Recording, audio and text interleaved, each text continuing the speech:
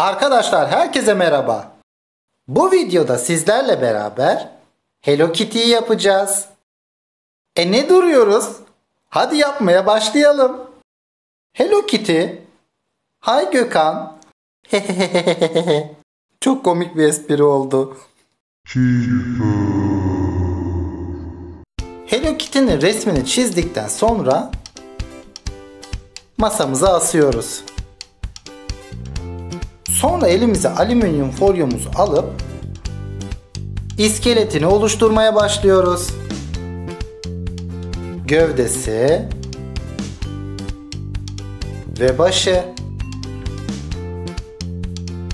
Elimize aldığımız polimer kille bunu kapladıktan sonra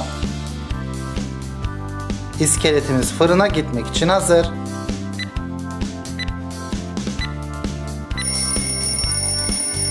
İskeletimiz fırından geldi. Başını ve kulaklarını oluşturmak için parçalar yapıştırıp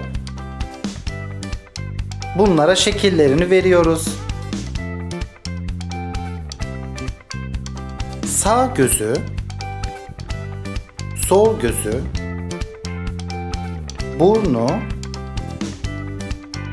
ve her iki taraftaki 3'er adet bıyığını yapıştırıyoruz. Tokasının ortasını oluşturup başına yapıştırıyoruz. Bu parçada kurdelalardan birisi olacak. Kesme tahtamıza koyup şeklini verip gerekli yerinden kesip kurdelayı tamamlıyoruz.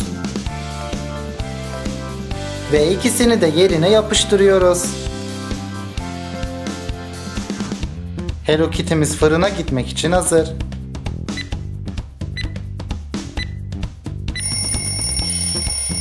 Hello Kitty'miz fırından geldi. Şimdi elbisesi ve eteğini oluşturmak için üzerine parçalar ekleyelim. Ve kabaca şekillerini verelim. Etek çizgisini çizelim. Ve elbise etek ayrımını bıçağımız yardımıyla oluşturalım.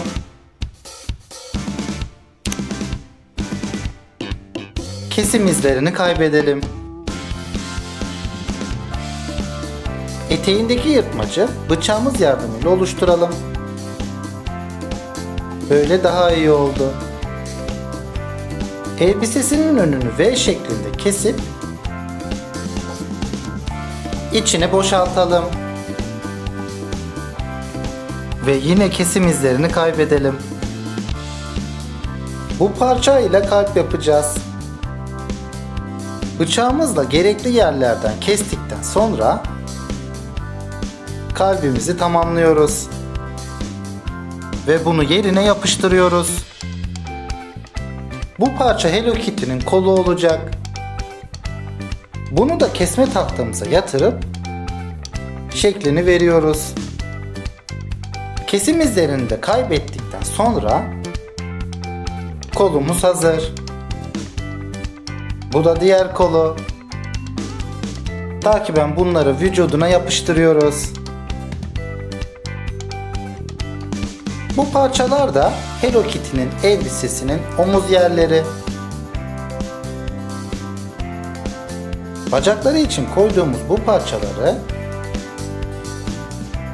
iyice yapıştırıyoruz. Uygun bir modelleme aletiyle ayakkabısının önündeki desenleri yapıyoruz.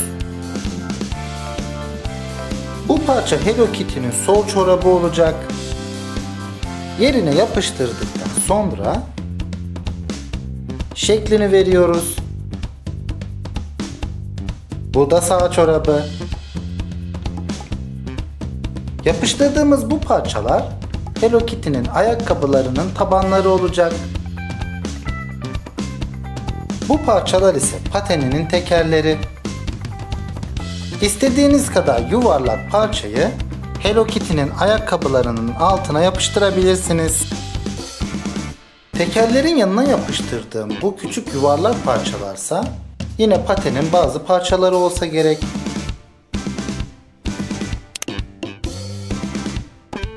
Diğer pateni de tamamladıktan sonra Hello Kitty son kez fırına gidiyor.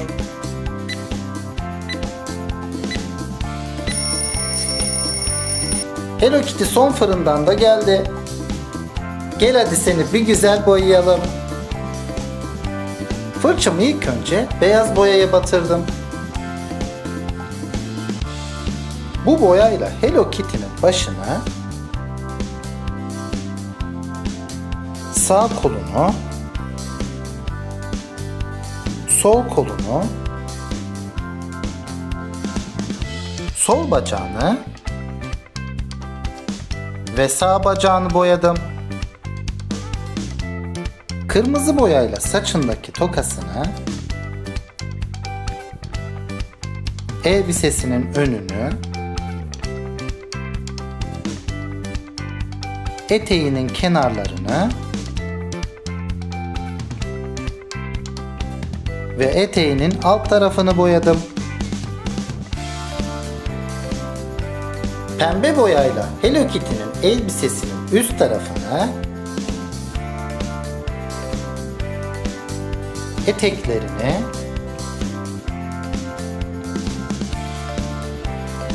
çoraplarını ve ayakkabılarının ön taraflarını boyadım. Siyah boyayla Hello Kitty'nin sağ ve sol gözü ile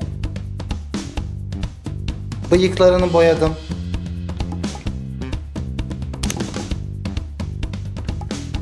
Burnunu turuncuya boyadım.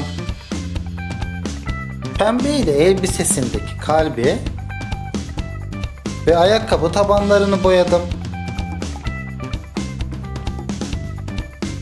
Sarı boyayla patenlerinin tekerlerini boyadım.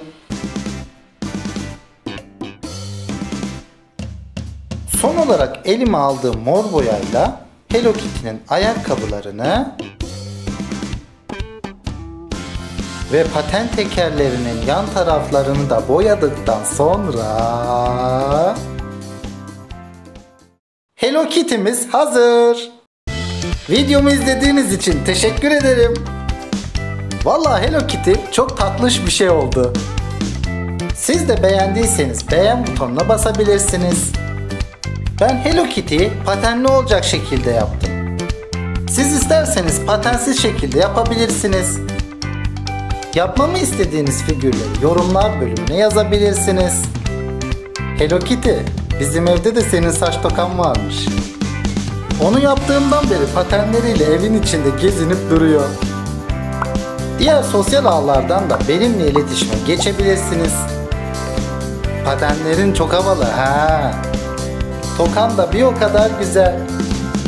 Kanala da abone olduysanız eğer videomuzu bitirebiliriz.